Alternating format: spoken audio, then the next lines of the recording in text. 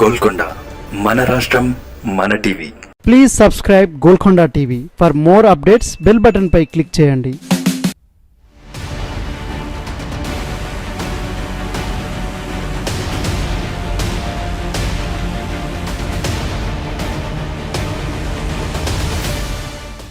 Telangana assembly ఎన్నికల్లో గతం కంటే ఓటు షేరింగ్ పెంచుకున్న భారతీయ జనతా పార్టీ లోక్సభ ఎన్నికల్లోనూ సత్తా చాటాలని భావిస్తోంది. పార్లమెంటు ఎన్నికలను ప్రతిష్టాత్మకంగా తీసుకుంది. అసెంబ్లీ ఎన్నికల ఫలితాలతో తెచ్చుకున్న ఉత్సాహాన్ని లోక్సభ ఎన్నికల్లోనూ చూపిస్తూ అత్యధిక స్థానాలను గెలుచుకోవడమే లక్ష్యంగా వ్యూహాలు రచిస్తోంది. లోపాలను అధిగమించి 17 ఎంపీ స్థానాలకు గాను 10 స్థానాలను టార్గెట్గా పెట్టుకుని క్షేత్రస్థాయిలో కార్యాచరణ మొదలుపెట్టింది. ఉత్తర తెలంగాణలో ఆ పార్టీకి సానుకూల ఫలితాలు రావడం కొంత ఊరట కలిగిస్తోంది. దీంతో మరింత దూకుడును ప్రదర్శించేందుకు సిద్ధమైంది బీజేపీ హైకమాండ్.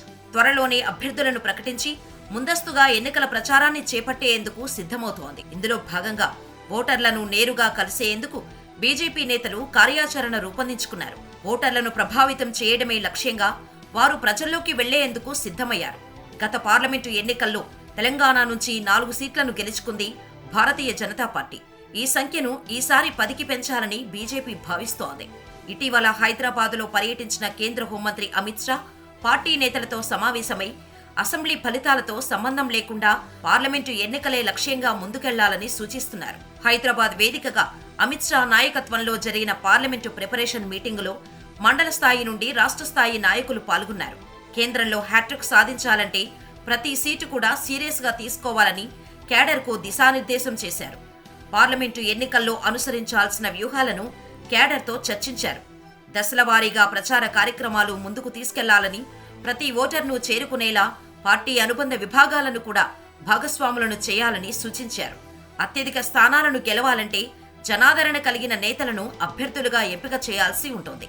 అంతేకాదు పార్టీ పట్ల విధేయతను, ఆర్థిక స్థితిని కూడా అధిష్టానం లెక్కలోకి తీసుకోవాలి.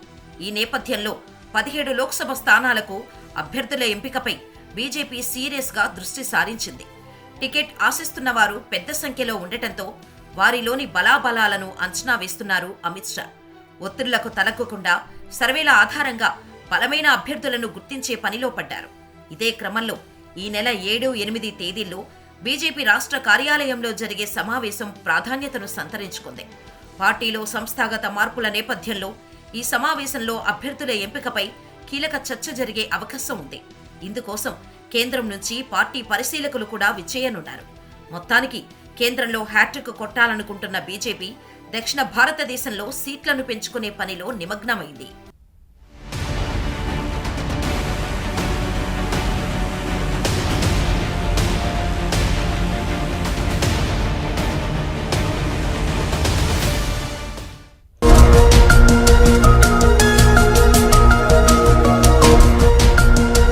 సత్యాలు చెప్పడానికి సాహసం కావాలి.